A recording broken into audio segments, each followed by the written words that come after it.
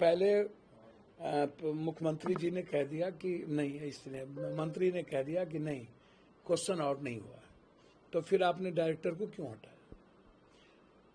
चोर के दाढ़ी में तिनका क्यों हटाया?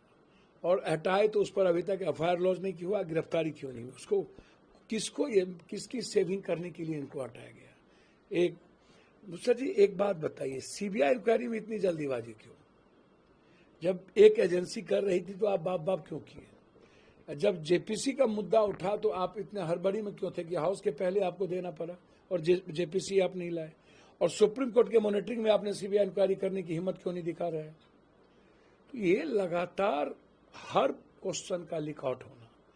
तो जो लोग इसमें नीड्स में आए हैं, पहले तो उनका भी कंडक्ट खोजिए कि वो किस किस नेता, मंत्री और अफसर के रिश्तेदार हैं। इसी पर मेरा सवाल था 3-13, क्योंकि आप कह रहे हैं कि सत्ता पक्ष हो चाहे विपक्ष हो, इसमें जितने पैसे वाले लोग हैं, नेता नगरी हैं, वो सभी शामिल हैं। बिल्कुल। और बिहार का एक कनेक्शन खास तौर पर नीट पेपर लीक से जुड़ रहा है। बिल्कुल। पहले आरजेडी की तरफ सुई घूमी, अब आरजेडी जो है जेडीयू और बीजेपी की तरफ घुमा रही है। देखिए, मैं कहूंगा कि इसका राजनीतिकरण ना हो, इसका फेयर जांच हो जाए। और फेयर जांच सीबीआई नहीं कर सकती। फेयर जांच सीबीआई तभी कर पाएगी जब सुप्रीम कोर्ट के वरिष्ठ जज साहब के मॉनिटरिंग में होगी, या जेपीसी ही करेगी। जेपीसी में सब लोग रहते हैं, उसमें डरने की क्या बात है?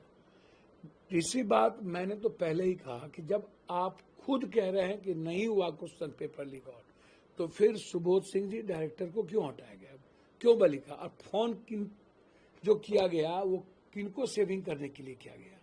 तो जांच कीजिएगा ना कि किसके किसके फोन गए, कॉल डिटेल क्या है। तीसरी चीज, जब आप कहते हैं कि इसका पेपर, इस अपराधी का, इस पे क्वेश्चन पेपर आउट वाले की पत्नी का पेपर नीतीश जी के साथ, देखिए फोटो इसके साथ, तो पत्नी का फोटो या उसका फोटो किसी के साथ रह सकता है। फोटो मैटर नहीं है राजनीति में, फोटो सबके साथ रह सकता है।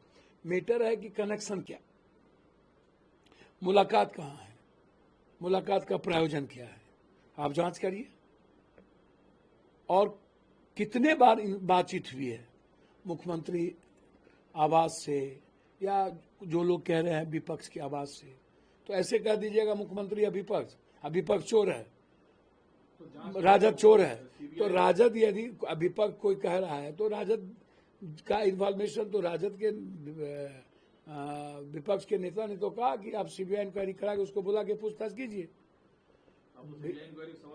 नहीं, उन्होंने कहा, मैंने कहा कि कुछ नहीं निकलेगा उसमें, सीबीआई तो तुरंत दबोचेगा। रजिस्टर्ड करती है, बिहार पहुंचती है जांच के लिए, गांव के लोग घेर लेते हैं उनको। भैया, मुझको तो समझ में नहीं आता है कि गांव के लोग घेर लेते हैं, तो डबल इंजन की सरकार इन्हीं की है ना।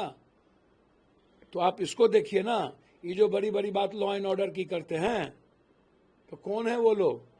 क्या इनको प्रोटेक्शन नहीं मिलना चाहिए था? आप सीबीआई इंक्वायरी के प्रोटेक्शन दीजिए।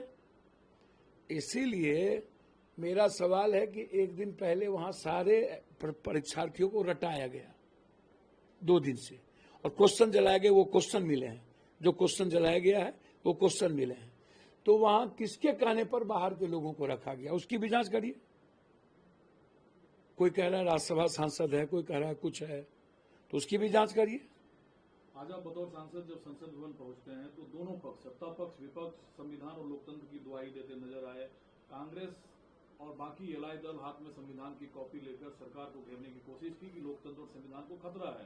सत्ता पक्ष से डायरेक्ट प्रधानमंत्री मोदी ने मोर्चा संभाला और 50 साल पूरा हो चुके इमरजेंसी का याद दिलाया। ये वही पार्टी है जिनके शासनकाल में संविधान की धज्जियां उड़ा दी गई और देश को जेल में तब्दील कर दिया। अब देखिए, हमको तो समझ में नहीं आता है कि सुबह माना आज़ाद हिंदुस्तान के बाद ये 10 साल रह लिए, और इन्होंने हर तरह की डेमोक्रेसी को प्रभावित किया। अभी चुनाव में ही इन्होंने कितने सीटों पर 200 से जीते हैं, और चुनाव आयोग का हस्र क्या किया, और सुप्रीम कोर्ट के जज साहब को इन्होंने चुनाव आयोग के मेंबर से निकाल दिया, कमेटी से। और 5 जज ने इनके बारे में क्या तथ्य दिए थे वो समझिए। हिंदुस्तान के 5 जज ने जो बात कही उसको भी आप समझिए। इमरजेंसी को किसी ने सही नहीं ठहराई। मैंने राहुल गांधी जी ने भी इमरजेंसी जैसी चीज़ों को सही नहीं ठहराया। जब राहुल गांधी जी ने खुद एक्सेप्ट किया है कि जो गलतियां, जो भूल कांग्रेस से हुई, वो एक्सेप्ट उन्होंने खुद किया। आप कितना दिन नेहरू और राहुल कांग्रेस अब चालीसा पढ़ते रहिएगा। अब फलना, आप अपनी बात करिए ना कि कितने किसान मरे। आप अपनी बात करिए ना कि ईडी सीबीआई का दुरुपयोग किस किस सीएम है, कितने लोगों पर आपने किया। सारे लोग जो आपके साथ नहीं है, आपने सबको ध्वंस करने की कोशिश की, आपने सबको डराया। आप अघोषित इमरजेंसी लागू किए हुए हैं, आप उसको देखिए ना।